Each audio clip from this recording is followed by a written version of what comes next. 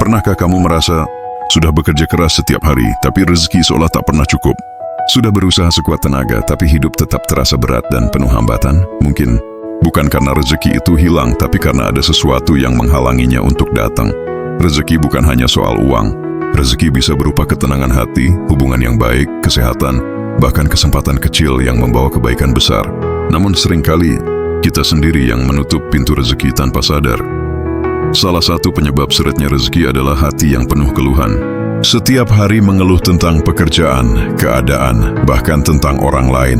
Padahal saat kita sibuk mengeluh, kita sedang menolak rasa syukur. Dan ketika syukur hilang, berkah pun ikut menjauh.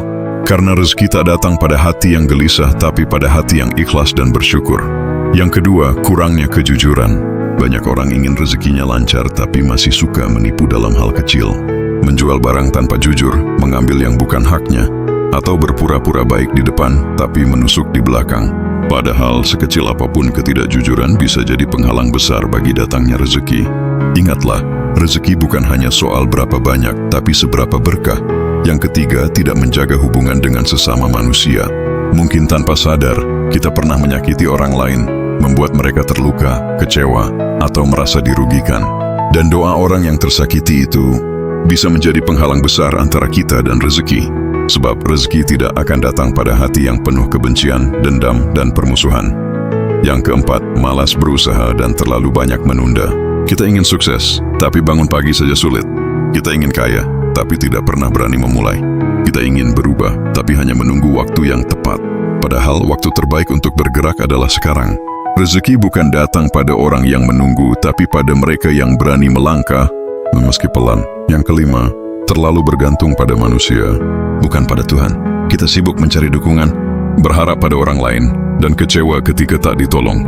Padahal sumber rezeki bukan manusia, tapi Tuhan yang Maha Memberi. Ketika kita menggantungkan harapan padanya dengan tulus, jalan akan terbuka dengan cara yang tak pernah kita duga. Dan yang terakhir, tidak sedekah, tidak berbagi. Rezeki itu seperti air, kalau disimpan terus, dia akan menggenang dan bau. Tapi kalau dialirkan, ia akan selalu segar dan bersih. Berbagi bukan berarti harus banyak, tapi dilakukan dengan ikhlas. Karena setiap kebaikan kecil yang kamu berikan akan kembali padamu berkali lipat di waktu yang paling tepat. Sahabat, jika rezekimu terasa seret, coba periksa kembali hatimu, perilakumu, dan caramu memperlakukan sesama. Mungkin bukan Tuhan yang menahan rezekimu, tapi dirimu sendiri yang belum membuka jalannya. Ingatlah, rezeki itu datang bukan karena seberapa keras kamu bekerja, tapi seberapa bersih hatimu dalam menerima, dan seberapa ikhlas kamu memberi. Bersyukur, jujur, berbuat baik, dan terus berusaha. Itulah kunci agar pintu rezeki terbuka tanpa batas.